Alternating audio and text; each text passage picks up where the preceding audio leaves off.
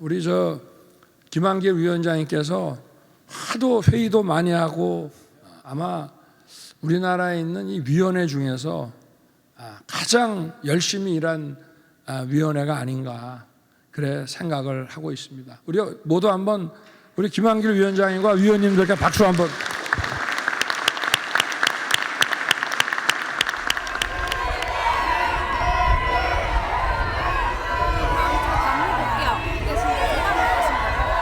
이번 주에만 2번째 재판 출석인데 당무지장 실감하십니까?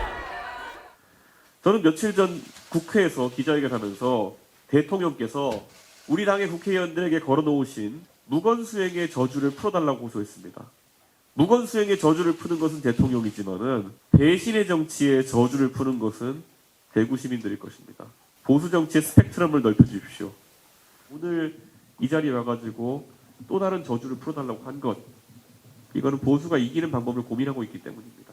헤어질 결심이라는 이야기, 저는 헤어질 결심 하지 않았습니다. 우리 당을 떨어뜨리게 하는 힘은 충분하다.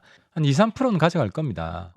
때문에 장기적으로는 빨리 몰아내는 것이 당에 도움이 되고, 그러면 이제 전체적으로 보면 3%가 올라가는 효과가 있다. 네, 정치권 현안 짚어보겠습니다. 정호김 전 새누리당 의원, 박진영 민주연구원 부원장 나오셨습니다. 어서 오십시오. 서울 강서구청장 보궐선거 패배 이후 여당에서는 지금 혁신위를 구성하려고 하잖아요. 근데 인선의 난항을 겪고 있다 이런 얘기가 들리던데 이유가 뭐죠? 사람 찾기가 어려운가요? 아니, 시켜주면 해주겠다는 사람도 몇 명 있지 않았었습니까? 네. 그러니까 사람 찾기가 어렵다기보다는 원하는 우리 사람 찾기가 좀 어려운 게 아닌가. 원하는 우리 사람 찾기가 어렵다. 개인적인 네. 생각이고 또 누구 마음에도 들어야 되고 뭐 이런 생각들을 하나. 그러나 지금 위기라는 거를 의식하고 있기 때문에 내부에서도 설전은 좀 있는 것 같습니다. 네. 예컨대 이렇게 동종 교배만 해서는 진화가 되지 않는다. 이종 교배가 필요하다. 이런 그 주장도 나오고 있고요. 네. 또 이미 민주당에 얼마 되지도 않았습니다. 혁신이 결과가 어떠했는지를 한번 보지 않았습니까? 네. 그리고 지금 강서구청장 보궐선거 때문에 국민의힘이나 지금 대통령실이 위기라는 거에 대해서는 이의가 없을 거라고 생각을 합니다. 그래서 제가 볼 때 안에서 찾지 말고 밖에 눈을 돌리면 정말 쓴소리를 하면서 옳은 방향으로 유도할 사람이 있다라고 저는 생각합니다. 네. 박진영 부원장님, 네. 민주당은 앞서 혁신회의를 꾸린 바가 있잖아요. 그래서 김은경 혁신위원장 설화 때문에 곤혹스러운 일도 있었는데 국민의힘 혁신위 구성 움직임은 어떻게 보고 계세요? 저희가 경험을 해보니까요. 네. 일단은 현역 의원들이 완전 배제돼야 돼요. 네. 그리고 과정에서 현역 의원 의견을 아예 안 들어야 돼요.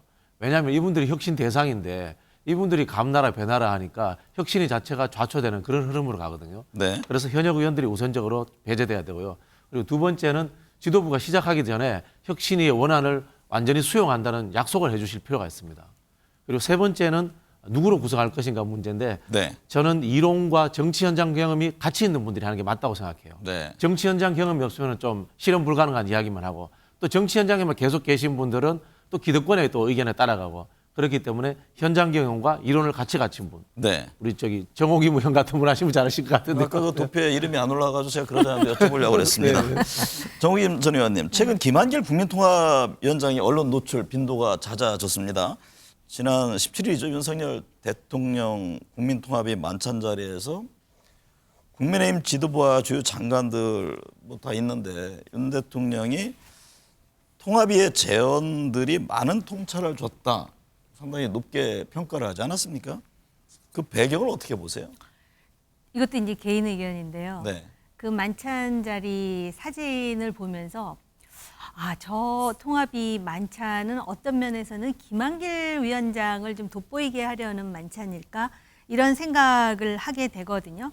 그러니까 차분한 가운데 뭔가 변화를 주기 위해서는 이제는 김한길이라는 인물이 나설 차례라는 판단이 선 게 아닐까? 네. 그런데다가 지금 그 정도 얘기가 되니까는 여의도라든지 언론계에서 이미 김한길 위원장이 사람 인선 다 끝냈다라는 소문까지 나올 정도예요. 그런데 이제 제가 생각하기에도 김한길 위원장이 야권 출신인데다가 책사로서 상당히 이름을 날렸고 또 정치 브레인이라는 그러한 수식어가 붙지 않습니까? 그런데 너무 익숙하지 않을까요? 네. 유권자들에게. 그리고 사실 지금 정당은요, 이 정도 되면 질서 있는 변화가 필요한 게 아니라 정말 우당탕탕 뭔가가 막 백가쟁명식으로 의견이 나와야 이게 당이라고 생각하는 사람들이 더 많을 것 같습니다. 네. 왜냐하면 이게 무슨 권력기관도 아니고 군사조직도 아니고 정당이라는 거죠. 그럼 위기가 있으면은 창의적인 대안을 위해서 혼돈의 상태가 있어야 된다. 그 정도는 관용할 수 있다라는 게 유권자들 입장인데 네. 실제로 거기까지 안 나고요. 조금 전에 우리 박 부원장님 좋은 말씀 많이 해주셨는데 그 혁신위 위원장 있잖아요. 네. 모든 그 제안을 할 필요가 있다까지 말씀하셨는데 권한까지도 주고 터치하지 말아야 돼요. 그리고 네. 이제 내부에서 국민의힘 내부에서 김기현 대표가 싫어하는 사람이 와야 된다. 아마 민주당에서도 이재명 대표가 싫어하는 사람이 오지 않았기 때문에 그 혁신위의 그 시행착오가 있지 않았을까 생각하면서 여기다 덧붙이자면 김기현 대표뿐만 아니라 윤석열 대통령도 절레절레 고개를 흔드는 사람이 일단 들어오면 뭔가 변화의 바람 속에 국민의힘이 다시 살아나는데 순기능을 할 수 있지 않을까? 네. 이게 당뿐만이 아니라 집권당이 책임 있는 여당으로서 이 대한민국을 제대로 이끌어가기 위해서라도 그런 과정이 지금 불가피한 상황 아닐까 이런 생각이 됩니다. 과연 그 현실 속에서 얼마나 수용이 될지에 관심이 쏠리는데요. 박진영 부원장님, 김한길 위원장 역할로 뭐 여러 이제 전망들이 나오는데 어떻게 당장 움직일 수 있을까요? 글쎄요, 뭐 이게 국민의힘 이야기라서 제가 정보는 없습니다만은 김한길 전 대표죠, 민주당에서 대표됐습니다만은 이분이 한편으로는 창당 전문가다 이런 표현도 되고 한편으로는 정당 브레이크다 이런 이야기도 듣습니다. 네. 그러니까 일장일단이 있는 거죠. 네. 근데 이분이 하는 정당들이 보면요 늘 제3당 방식을 택해왔어요. 네. 중도 정당 이런 것들을 선호했단 말입니다. 한번 경험을 보면은 2007년도에 중도개혁신당이라는 것을 열린우리당에서 탈당해서 만듭니다. 그리고 안철수 의원이 만들었던 국민의당 39석을 했죠. 그것도 사실은 기획을 김한길 전 대표가 했다 이렇게 볼 수 있거든요. 그러면은 결론은 어떻게 나냐면 이분은 1당이라든가 2당 전형적인 진보 정당이라든가 전형적인 보수 정당을 만드는 게 아니라 낀 곳에 그다음에 틈새가 있는 곳에서 시장을 열어가는 사람이지 네. 지금 국정을 책임질 수 있는 여당을 만드는 것에 있어서 과연 맞을까? 여기 네. 분명히 보수 정당이거든요. 네. 그런 부분에서 약간 좀 회의적인 부분도 있고 그리고 또 이 정서적으로 있던 분들과의 좀 이 하나의 거리감도 있기 때문에 저는 생각보다 쉽지 않을 것이다 이런 네. 생각이 들어요. 최근 윤석열 대통령이 소통 얘기를 많이 한다고 합니다. 소통이 부족했다 이런 뭐 반성의 의미의 그 얘기도 전해지고요. 당을 뛰쳐나갔던 이준석 대표도 위기의 순간에는 찾아가서 끌어안기도 했잖아요. 민주당 이재명 대표 만날까요? 우리나라가 대통령 중심제인데 네. 이미 이재명 대표가 영수회담을 제안했고요. 그러다 보니까 그 약간 내각제적인 요소가 있어서 그런가 이렇게 그 당 대표와 대통령이 만나는 것을 굉장히 드라마틱하다라고 생각하는 사람들이 많은 것 같아요. 네. 그런데 저는 오히려 지금 대통령과 정부도 민생을 강조하고 있지 않습니까? 그래서 의대 입시 정원에서부터 시작해서 뭐 건강보험 개혁이라든지 노동 개혁이라든지 의회의 장을 통해서 해결해야 될 문제가 많잖아요. 그래서 차제에 대통령에 대한 신뢰도 높이고 또 민생과 그다음에 그런 어떤 국민의 삶 속에 투영되는 정책을 만든다라는 차원에서 민주당의 의원을 만나되 바로 그 현안과 직결돼서 그 길목에 자리 잡고 있는 중요한 민주당 의원들이 있을 거 아닙니까? 네. 그래서 약간 그 미국의 그 사례를 벤치마킹한 것이기도 한데요. 그 중요한 뭐 상임위원장이라든지 뭐 이렇게 해서 만나는 모습을 보이는 게 상당히 전향적으로 보일 것 같고요. 조금 전에 이미 이준석 전 대표 말씀하셨잖아요. 일단 이준석, 유승민 전 의원을 어떻게 할 것인지에 대해서 뭔가 움직임을 보이는 자체만으로도 상당히 국민의 기대가 높아지지 않을까 생각이 들어요. 박진영 부원장은 어떻게 보세요? 윤 대통령 소통 최근에 좀 뭐 변화된 그런 움직임을 표현하고 있던데 뭐 이재명 대표라든가 방금 말씀하신 유승민 전 의원, 이준석 전 대표 포용 형태로 갈까요? 글쎄요. 그런 기대를 근데 해봅니다. 네. 그래야지 사실은 이 경제 위기라든가 민생 위기를 돌파할 수 있지 않겠습니까? 네. 근데 좀 하나 아쉬운 점은 이 대통령의 메시지가 현장에 가겠다 자꾸 이야기를 하시거든요. 이건 또 잘못하면은 그림 내기용으로 전락할 수가 있어요. 네. 우리 포퓰리즘이라는 이야기를 할 때 복지 정책을 포퓰리즘이다 이렇게 이야기하는데 실제로 포퓰리즘의 원뜻은 대통령이나 지도자가 의회 절차를 무시하고 국민들과 직접적으로 만나 이게 포퓰리즘이거든요. 네. 그럼 뭐냐? 그럼 갈등을 해결되지 않고 실제로 그림만 내고 마는 거예요. 사실 대통령이 협치를 하고 민생을 제대로 챙기려면 민생을 책임지는 국민의 대표인 국회를 먼저 만나야 돼요. 야당을 먼저 만나야 되는 겁니다. 통해서 법의 개정을 통해서 해야 될 게 많죠. 그렇죠. 그런 부분이 네. 있고 그리고 현장에 갈 것보다는 정책 소통을 해야 됩니다. 네. 전문가들을 만나야 됩니다. 그래야지 나라가 바뀌지 그림 내고 현장 가서 이렇게 막 어루만져 준다고 해서 바뀌지는 않습니다. 네. 자녀 학교 폭력 논란으로 사퇴한 김승희 전 대통령실 비서관과 관련해서 정치권 내 지금 여진이 계속되고 있습니다. 국민의힘도 고개를 숙였습니다. 대통령실 즉각 사표 수리를 했는데 이 점은 어떻게 보셨어요? 굉장히 신속하게 사표까지 수리했는데 당장 민주당에서 이제 어떤 비판을 하냐면은 이 사람이 별정직인데 네. 사표를 수리해버리면 도대체 어떤 과정을 거쳐서 그 자녀가 어떤 학폭을 했는데 본인의 공적인 지위를 오남용했는지에 대한 조사를 할 수 없지 않느냐 이렇게 이제 반발을 하더라고요. 제가 좀 아쉬워하는 거는요. 대통령실 내에 이런 공직을 맡은 사람의 기강을 좀 살펴본다든지 과거에 민정수석실에서 했던 일입니다. 그리고 아니면은 그 감찰 있지 않습니까? 네. 감찰관 시스템이 작동했더라면 과연 이 피해 학부모가 대통령실에 먼저 좀 청원을 하지 않았을까라는 아쉬움이 있고요. 그다음에 이거는 권력형 비리 이렇게 주장을 하는 민주당의 야권 인사들도 있지만 본인이 공적 지위를 이용해서 호가호위한 측면이 훨씬 많아요. 그 네. 부인이 남편과 대통령이 찍은 사진을 카톡 프사에 올린다든지 뭐 이런 일이 그 대표적인 예인데요. 제가 이 얘기를 해도 될지 모르겠지만 요새 이제 저 사건 때문에 동영상이 계속 돌아가는데 저 의전 비서관이 대통령 그 양복 옷깃에 있는 먼지를 이렇게 막 털어주는 장면이 계속해서 반복적으로 나오는데 네. 정말 의전 비서관이 해야 될 일은 그것을 훨씬 뛰어넘는 일이거든요. 네. 그런 차원에서 그리고 또 이게 학폭이라는 점에서 지난 2차례 학폭하는 좀 사례가 그 성격이 다른 학폭이기는 하나 가뜩이나 그 알러지 반응을 일으키는 국민의힘이라든지 대통령실에 굉장한 자극제가 되었고 이것 때문에 여론이 나빠졌다라는 것을 그 대통령실과 그다음에 국민의힘에서도 깊이 인지하고 있는 것 네. 같아요. 민주당은 이번 사건 권력형 학폭 무마 의혹으로 규정했네요. 사고가 난 이후에 한 3개월이 지났는데도 피해자에게 사과를 안 했다는 겁니다. 네. 그런 부분이 있고요. 그다음에 보통 이제 이런 일들이 생기면 이제 가해 학생이 전학 가는데 전학을 가지 않고 이제 반만 바꿨다. 뭐 이런 이야기들이 나오고 있기 때문에 그런 것 같고요. 저는 근본적으로 이런 참 표현이 그렇습니다. 이런 수준의 분이 어떻게 대통령실의 비서관이 되었는가라는 그런 질문을 던지고 싶어요. 네. 이 권력을 잡고 있으면은 그것이 나는 마음대로 채용해도 된다. 전리품처럼 생각한다라는 그런 흐름들이 저는 대통령실에 있지 않았나 그런 생각이 네. 듭니다. 사적 채용이 아니었나 그런 생각이 듭니다.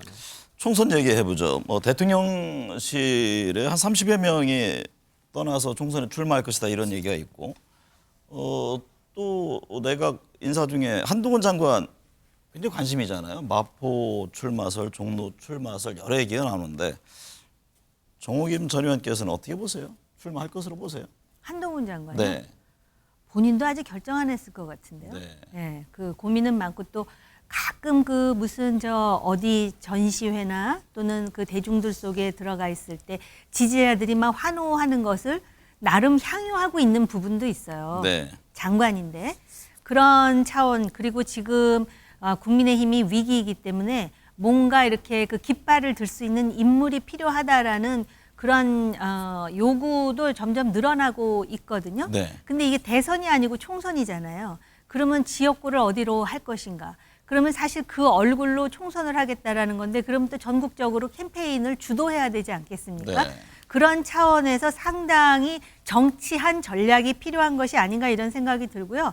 만약에 수도권에 나온다면 강남같이 정말 그 빨간 자켓만 입으면 당선되는 그런 데가 아니라 적어도 민주당과 국민의힘이 난영난제의 상황에서 정말 그 어렵게 그러나 분투해갖고 승리하는 그런 드라마가 연출돼야 그 네. 이후의 시나리오가 가능하지 않을까 이런 생각을 하고요. 용산 대통령실에서 지금 참모들 30명 나오는데 대체로 TK, PK 아니면은 수도권의 뭐 분당이라든지 충청도라 그러는데요. 조금 그러면은 씁쓸해요. 거기는 네. 일단 그 공천만 하면은 되는 곳 아닙니까? 네. 그런데다 지금 대통령 지지율이 떨어지는 상황에서 본인의 지금 그 정치적 미래에 굉장히 지금 그 매몰되어 있다라는 인상을 줄 수도 있고요. 그렇기 때문에 이것은 정당이 주도해가지고 정말 적재적소에 국민의힘 간판으로 내놓을 수 있는 자랑스러운 얼굴이 되어야지 대통령실에서 근무했다라는 게 무슨 훈장인 것처럼 네. 완장인 것처럼 이런 분위기가 자꾸 언론에 나오는 것도 대통령께 누가 된다고 봅니다. 박진영 부원장님, 여권에서는 한동훈 법무부 장관 뭐 서울 출마 가능성 꾸준히 제기는 하는데 어떤 결과가 나올까요? 그래서 일단 야당의 입장부터 말씀을 드리면요. 네. 야당의 입장에서는 한동훈 장관은 이미 정치를 하고 있고 네. 과잉 정치적 언사를 했기 때문에 정치적 중립 위반이라든가 또는 인사검증에 대한 실패를 지고 탄핵돼야 될 사람이 아닌가라는 네. 기본 입장을 가지고 있다는 말씀을 드리고요. 그럼에도 불구하고 저는 출마할 가능성이 상당히 많다 네. 이렇게 봅니다. 그게 왜냐면요. 이분이 보편적으로 전 국민들에게 대한 지지라든가 중도층의 지지는 갖고 있지 못하지만은 핵심 지지층, 보수층들의 그런 지지는 갖고 있기 때문에 보수 지지층들을 결집시키고 또다시 총선을 정쟁의 한복판으로 대결 구도로 몰아넣기 위해서는 굉장히 의미 있는 도구가 될 가능성이 있다. 이런 판단을 저는 여권에서 할 가능성이 있다고 봅니다. 하게 되면 지역은요? 아마 상징적인 지역에 출마를 해서 전국 선거의 이슈를 만들려고 네. 하죠. 네. 민주당 이재명 대표 내일 당무에 복귀하잖아요. 그 첫 일성 과연 뭘까 관심이 쏠리는데 뭐 다 아시겠지만 국회 체포동의안 처리 과정에서 가결파 의원들에 대한 징계 문제 과연 어떤 입장이냐, 어떤 걸 내놓을 것 같습니까? 이재명 대표는 민생과 화합을 이야기할 것 같아요. 네, 직접 이 표는 이 부분에 대해서는 언급하지 않고요. 그렇죠. 사실은 이걸 대표가 언급하면 안 돼요. 왜냐하면 네. 정당이라는 것도 행정기관처럼 절차가 다 있습니다. 네. 이미 5만 명의 청원이 올라왔기 때문에 가결을 인정한 의원들 같은 경우에는 거기에 대해서 당에는 윤리감찰단에서 조사를 하게 되어 있습니다. 네. 그 절차는 사무처에서는 행정적 절차입니다. 그리고 오히려 지도부가 거기에 대해서 감나라 배나라 하는 것 자체가 뭐 예를 들자면은 법무부 장관이나 대통령이 야당 수사에 개입하는 것처럼 그렇게 오히려 오인될 수 있습니다. 네. 지도부는 가만히 있는 게 맞습니다. 네, 정의민 전 의원은 어떤 전망이세요? 그 말씀을 들으니까 제 개인적인 확신이 더 굳어지는데요. 지금 본인 손으로 할 리가 있습니까? 지금 그 통합이라든지 상생이라든지 뭐 그런 민생이라든지 이런 얘기를 할 때라는 거를 적어도 알고요. 그다음에 그 이재명 대표가 하더라도 자기 손으로 하지 않을 거. 굿캅, 배드캅으로 지금 역할 분담을 한 거예요. 그러니까 네. 본인은 지금 아무 소리 안 하는데 이미 징계를 어떻게 해요? 법적으로 이거 징계해가지고 법적인 타당성이 없다라는 거 아는데 지금 이미 5만 명의 당원들이 청원을 했다? 그것 자체도요. 이게 무슨 사법 시스템이 가동하는 거 아니기 때문에 대통합 차원에서 우리 서로 털고 가자라고 할 수도 있어요. 되든 네. 안 되든. 근데 그런 얘기는 안 하지 않습니까? 제가 볼 때 이 비명들은요. 생각 잘해야 돼요. 결국은 비명에 가는 수가 있다. 왜냐하면 이미 강서구청장 보궐선거를 본의 아니게 지금 국민의힘이 이재명 대표를 아주 밀어준 상황이 돼버렸어요. 네. 그러다 보니까 딱 줄을 서 있는 상황에서 비명들이 사실은 설 자리가 없는데 비명이 하는 말이 그럼 다 틀린 말이냐. 제가 볼 땐 타당한 말이 더 많다고 개인적으로 생각이 들거든요. 이런 상황에서 마치도 보복하듯이 이재명 대표가 먼저 나서서 징계를 한다라는 그림은 절대 안 보여주죠. 기본적으로 두뇌가 있으니까. 네. 그러나 어떤 식으로든 뭐 매우 정당한 방법으로라고 보인다 하더라도 사실은 어떤 식으로든 뭐 지금 그 각 지역구에 보면은 비명의 의원인 지역구에 전부 친명계 경쟁자가 다 가 있다는 거 아니에요? 네. 이거는 뭐 상식적으로 제가 아니라 일반 범부들도 다 할 수 있는 얘기예요. 네, 강서구청장 보궐선거 패배 후유증을 앓는 국민의힘에서 이게 탈당설이 도는 이준석 전 대표와 유승민 전 의원 이 거치 문제를 어떻게 해야 될 것이냐. 이것도 서로 또 이견이 있더라고요.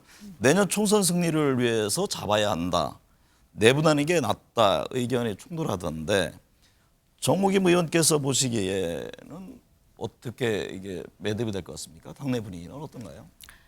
당내 분위기는 반반이라 그러지만은 네. 당내 보세요. 지금 그 배지단 사람들이 전부 내년 총선에 나갈 때 공천만 받으면 다 될 지역에 있는 사람들이 지금 배지 달고 있어요. 근데 정말 중요한 거는 서울, 경기, 수도권이란 말이죠.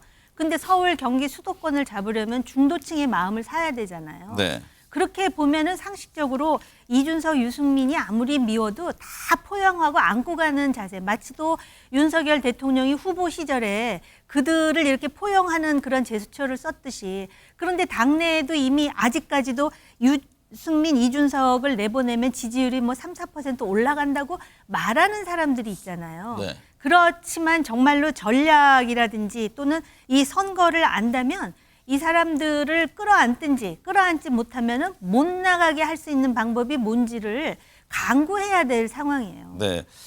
마지노선이 12월이다. 나도 결심을 할 것.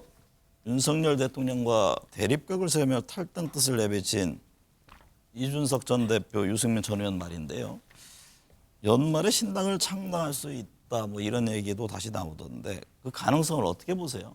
12월 27일이 기점입니다. 네. 12월 27일이 이른바 쌍특검, 대장동 특검과 김건희 여사 도이치모터스 특검이 올라가는 날입니다. 네. 그게 아마 시작이 되면은 여권이 굉장히 혼란에 빠질 겁니다. 그리고 특히 이제 그 도이치모터스 특검 같은 경우에는 여당 내에서도 합리적인 분들은 여기에 대해서 찬성해야 되지 않느냐라는 네. 의견이 나올 수도 있습니다. 네. 왜냐하면 총선을 의식해야 되기 때문에요. 그러면은 여당 내에서 이탈하는 분들이 현역 의원들 중에 또 생길 수가 있고요. 또 그 와중에 이미 지금 청와대 대통령실에서 나온 윤석열 대통령의 측근이나 이런 사람들이 현역 의원 지역구에 가서 막 공천 경쟁하겠다 이런 상황도 벌어집니다. 네. 그러면은 이 기점으로 해서 저는 몇 명의 의원들을 의기투합시켜 가지고 신당으로 갈 수 있는 저는 토대가 만들어질 거다. 네. 그렇게 생각합니다.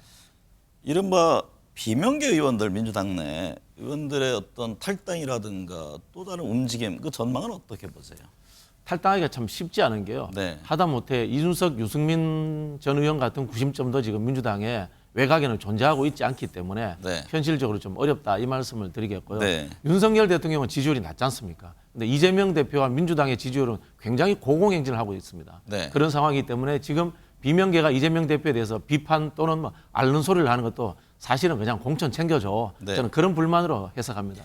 여권은 보면요, 이 친박계까지 독자 행보를 시작해 문제가 좀 그렇게 간단해 보이지는 않습니다. 친박 좌장격인 최경환 전 경제부총리가 지역구였던 경북 경산에서 네. 출마를 선언했고 우병우 전 민정수석도 고향인 영주에서 출마 움직임이 있는데요.